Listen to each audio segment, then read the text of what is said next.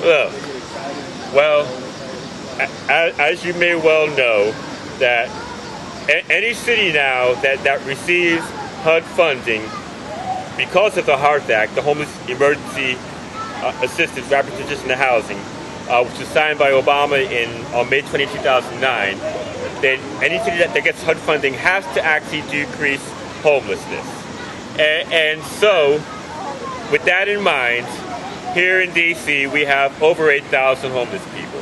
The number has gone up by almost 900 people between January of 13 and January of 14. But I come to you today with a proposed solution so that we can meet our benchmarks and decrease homelessness. Now, here in D.C., of the 8,000 or so homeless people, about 3,500 are homeless individuals. The rest are parents, children that are in homeless families. Now, I'm not going to try to deal with the homeless families right now. There are way too many complications dealing with them, way too many layers of considerations. But so with that, I'm going to tip my hat politely and move on past the families. But when it comes to homeless individuals, 3,500 of them. Now, of the 3,500, about half of them are under age 60 and able to work, not mentally or physically disabled. But I would guess that out of them, about 875 of them are actually ready to work, don't have any mental illness, any physical illness, any character flaws that might cause them not to be able to get along in the workplace.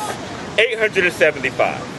Now, of the 875, I would guess about 500 of them would be able to get along with a roommate very well.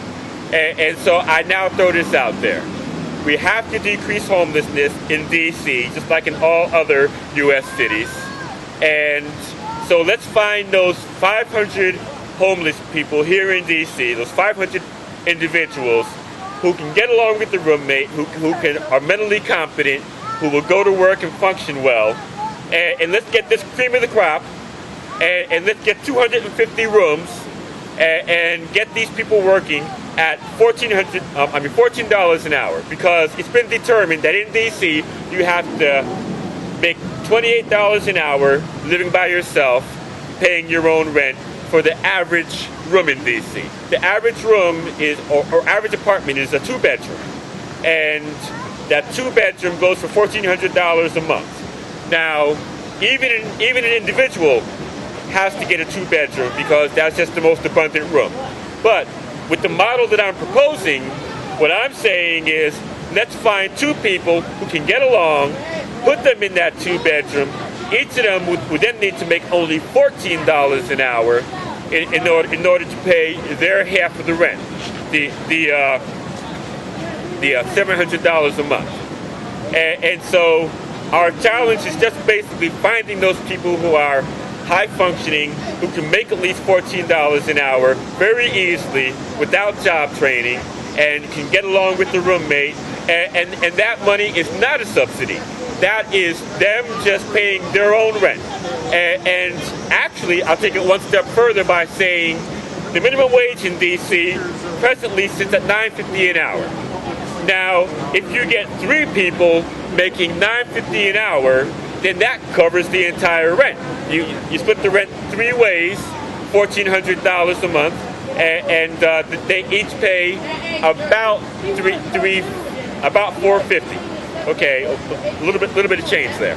But anyway, so I would throw that out there as a possibility of how we can get 500 homeless individuals out of homelessness, and we can begin to meet the requirements set forth by HUD so that we don't lose any HUD funding for the city of D.C. So that's just something to think about. Thank you.